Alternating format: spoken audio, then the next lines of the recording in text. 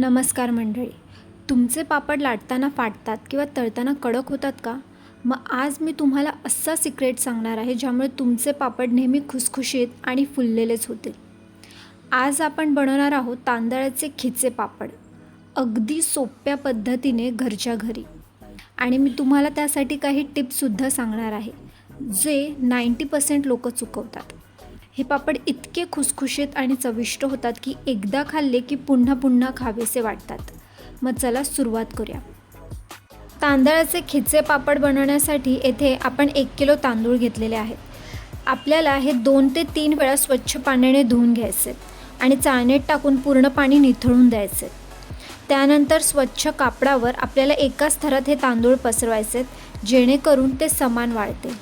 आता येथे आपण तांदूळ धुवून घेतलेले आहेत. आता हे पाणी ते आपल्याला निथळू द्यायचं आहे. पाणी निथळल्यावर स्वच्छ कापड किंवा प्लॅस्टिक शीटवर आपल्याला तांदूळ पसरवायचे. पाणी अजिबात राहून द्यायचं नाही आहे, नाहीतर वाळवताना वेळ लागतो. तांदूळ एकाच थरात पसरलेले असावेत. सावलीत वाळवणे तर उत्तम. थेट कडक उन्हात ठेवल्यास दाणे तडकू शकतात. आम्हीसुद्धा रात्रभर फॅनखाली हे तांदूळ वाळवलेत. मध्ये मध्ये आपल्याला हाताने हलवून घ्यायचेत म्हणजे ते समान वाळतील. तांदूळ कोरडे झाल्यानंतर ते आपण दळून आणलेले आहेत आणि येथे अर्धा किलो या समान मापाने या 2 भांड्यात आपण येथे ठेवलेले आहे. आता येथे आपण हे जे तांदळाचे पीठ आहे ते चाळून घेतलेले आहेत. येथे आपण अर्धा किलो पीठ वापरणार आहोत पापड तयार करायला. आता हा जो कप आहे असे आम्ही 4 कप घेतलेले आहेत, म्हणजेच वजनीप्रमाणे अर्धा किलो तांदळाचे पीठ. तांदळाचे खिचे पापड बनवताना तांदळाच्या पिठासाठी साधारण पाण्याचे प्रमाण हे खूप महत्त्वाचं असतं, कारण त्यावर पापडाचा टेक्स्चर अवलंबून असतो. येथे 4 कप तांदळाचं पीठ म्हणजेच 5.5 कप पाणी. म्हणजेच आपण जितके पण कप तांदळाचे पीठ घेऊ तितके 1.5 कप पाणी आपल्याला इथे जास्त घ्यायचे. तांदळाचे पिठाचे माप आणि पाण्याचे माप जे आहे ते आपण इथे सेम कपानेच घेतलेले आहे. आता इथे आपण पाणी गरम करायला ठेवलं आहे. पाणी पूर्ण उकळी येईपर्यंत आपल्याला इथे गरम करायचं आहे. पाणी गरम झाल्यावर आपल्याला त्यात चवीनुसार मीठ घालायचं आहे. म्हणजेच येथे 1.5 चमचा मीठ घातलं आहे आणि 1 चमचा पापड खार घातलं आहे. त्यानंतर आपल्याला हे मिश्रण सतत ढवळत राहायचं आहे. पापड खार टाकल्यानंतर जर मिश्रण नीट ढवळलं नाही तर त्याच्या गुठळ्या तयार होतात, जेणेकरून पापडाचा टेक्स्चर बदलतो आणि पापड तुटतात. त्यानंतर आपण येथे 1 चमचा जिरे आणि 1 चमचा पांढरे तीळ घातले आहेत. ते तुम्ही तुमच्या आवडीनुसार कमी जास्त करू शकता. आता आपल्याला येथे हळूहळू तांदळाचं पीठ घालायचं आहे आणि मिश्रण सतत ढवळत राहायचं आहे आणि गाठी होणार नाहीत याची आपल्याला इथे काळजी घ्यायची आहे.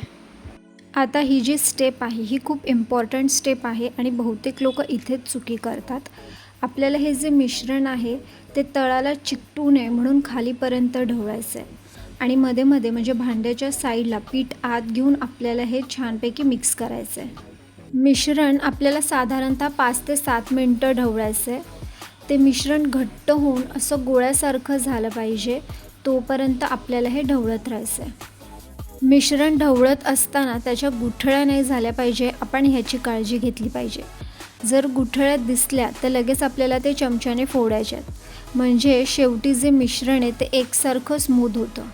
आता आपण हे जे मिश्रण आहे ते काही वेळ म्हणजे 5 मिनटं वाफेवर ठेवूया. तर आता तुम्ही बघू शकता की आपले हे जे मिश्रण आहे ते तयार झालेलं आहे. आता मिश्रण तयार झाल्यावर म्हणजेच मिश्रण गरम असतानाच ते आपल्याला मळायला घ्यायचं आहे, कारण जर मिश्रण थंड झालं तर पीठ कडक होतं आणि मळायला अवघड जातं. आता इथे आम्ही मॅशर वापरलेला आहे, म्हणजे जर गुठळ्या असतील तर ते फोडून निघतात आणि आपलं जे मिश्रण आहे ते स्मूथ आणि मऊ होतं. पीठ मळताना ते जर हाताला जास्त चिकटत नसेल किंवा जर लहान गोळा त्याचा बनवला तर ते फाटत नसेल, म्हणजे आपलं हे जे पीठ आहे ते छानपैकी तयार झालेलं आहे. तुम्हाला पीठ खूप जर कडक वाटत असेल तर हाताला पाणी लावून थोडं मळा. खूप चिकट वाटत असेल तर थोडं तेल लावून मळा, पण जास्त तेलाचा वापर करू नका, नाहीतर पापड आहे त्याला तेलाचा वास लागतो. आता इथे आपण हाताने सुद्धा पीठ एकसारखं छान मळून घेऊया. आम्ही असेच वेगवेगळ्या पापडाचे जे रेसिपीज आहे ते तुम्हाला दाखवणार आहोत. तर त्यासाठी चॅनलला नक्की सबस्क्राईब करा. आणि जर तुम्हालासुद्धा कोणत्या वेगळ्या पापडाची रेसिपी पाहायची असेल तर ते आम्हाला कमेंट करून नक्की कळवा.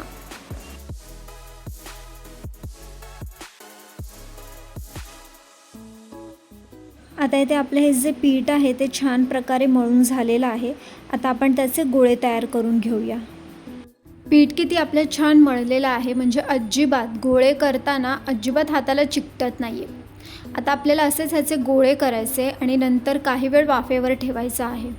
तर आता आपण गोळे करून का वाफेवर ठेवणार आहे हा प्रश्न खूप जणांना पडला असेल. तर लहान लहान गोळे केल्याने जो प्रत्येक गोळा आहे तो समान शिजतो. पण मोठा एकच जर पिठाचा गोळा आपण ठेवला वाफेवर तर वाफ जी आहे ती आतपर्यंत नीट पोहोचत नाही. आता आपले इथे गोळे तयार करून झालेले आहेत. आता आपण काय करायचं आहे, प्रत्येक गोळ्याच्या मधोमध हाताने होल पाडून घ्यायचा आहे. आता इथे एक कोमट पाण्याने भिजवून आणि घट्ट पिळून एक कापड ठेवलेलं आहे. त्यात आपल्याला हे सर्व गोळे ठेवायचे आहेत. आता ओलसर कापड्यावर असे पिठाचे गोळे ठेवल्याने गोळे कोरडे पडत नाही, ते चिकटत नाहीत आणि टेक्स्चरसुद्धा छान राहतं. आता हे जे पिठाचे गोळे आहेत ते आपण कुकरमध्ये 4 शिट्ट्या देणार आहोत. तुम्ही एका मोठ्या पातेल्यात पाणी गरम करून त्यावर चाळणी ठेवून त्यावर हे गोळे वाफवू शकता.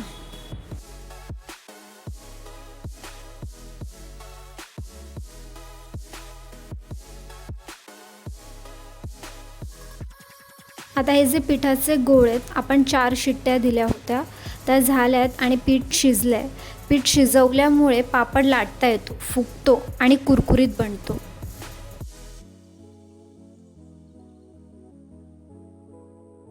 आता हे जे वाफवलेलं पीठ आहे ते आपल्याला प्लॅस्टिकच्या थैलीमध्ये मळून घ्यायचं आहे.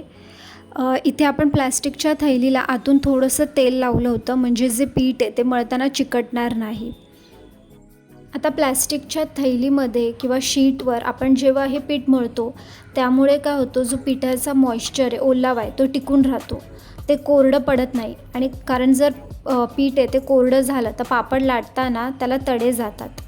आणि वाफवल्यावर पीठ गरमसुद्धा असतं आणि त्यावेळी मळलं तर ते मऊ, लवचिक आणि एकसारखं होतं, म्हणजे गाठीसुद्धा राहत नाही.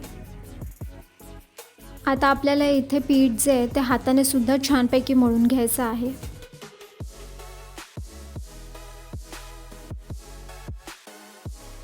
आता आपलं जे पीठ आहे ते छान मळून झालेलं आहे. आता आपण काय करायचं, ह्याचे समान छोटे छोटे गोळे करून घ्यायचे आहेत. बाकीचे जे पीठ आहे ते आपल्याला कापडातच ठेवायचं आहे, जेणेकरून पीठ कोरडे होणार नाही आणि आपण पापड आपले चांगले लाटले जातील. आता इथे आपले हे जे गोळे आहेत ते छानपैकी तयार करून झालेले आहेत. तर आता आपण पापड लाटायला सुरुवात करूया. आता एका वेळी एकच पापड लाटता येतो, त्यामुळे जे बाकीचे गोळे आहेत जसं मी अगोदर सांगितलेलं त्यावर कापड ठेवायचं आहे. आता इथे पापड लाटण्यासाठी आपण पापड मशीनचा वापर केला आहे. तर त्यासाठी एक प्लॅस्टिक शीट ठेवली आहे, त्याला थोडंसं तेल लावलं आहे. त्यावर एक गोळा ठेवून त्यावर अजून एक दुसरी प्लॅस्टिक शीट आपण इथे ठेवली आहे आणि आपल्याला इथे असं प्रेस करायचं आहे, जेणेकरून जो गोळा आहे तो नीट गोल बनेल आणि काढताना फाटणारसुद्धा नाही. इथे प्लॅस्टिकच्या शीटला आपल्याला तेल हलकंसं लावायचं आहे, जास्त लावायचं नाही आहे. आता इथे आपला जो पापड तो छान तयार झालेला आहे तो आपण इथे प्लॅस्टिकच्या शीटवर आपण ठेवूया. आणि तुम्ही बघू शकता की अजिबात तो चिकटला नाही आहे, म्हणजे सहज निघाला आहे. आता आपण असेच बाकीचे पापडसुद्धा तयार करून घेणार आहोत.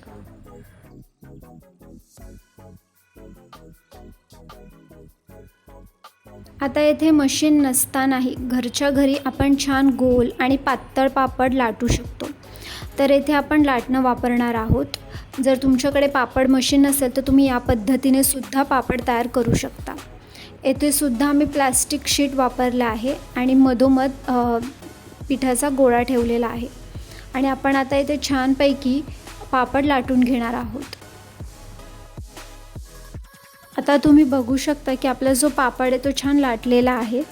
तर घरी मशीन नसेल तर तुम्ही या पद्धतीने सुद्धा पापड बनवू शकता.